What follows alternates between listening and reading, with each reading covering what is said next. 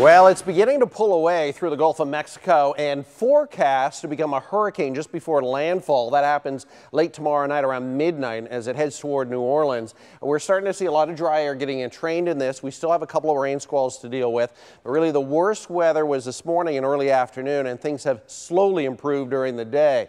Here's a look at the latest track, and it's just off Fort Myers right now. It'll continue to push northwest with that second landfall as it moves across New Orleans and the northern Gulf Coast. That's early Wednesday morning, Category 1 hurricane here, and then it's a big rainmaker up through the Plains states, eventually all the way up in toward the Great Lakes. That happens later in the week. So the weather alert continues, but the worst of the weather is now beginning to taper off. We're starting to see some improvement. We still have a couple of rain squalls, though, off the coastline that I'm keeping an eye on, one right there, and a second one. What's been happening is some of these have been intensifying as they move on shore. So that's the concern at this point for at least the next hour or two. We have some persistent rain cutting across northern Palm Beach County, working in through Jupiter, the Gardens, up around Tequesta, even Hobe Sound, and the rain beginning to let up across the lake area, and temperatures rain cooled in the mid 70s. There are two other systems out there. We have Florence, also a tropical storm. There's a close look at Gordon and Florence, and in behind that another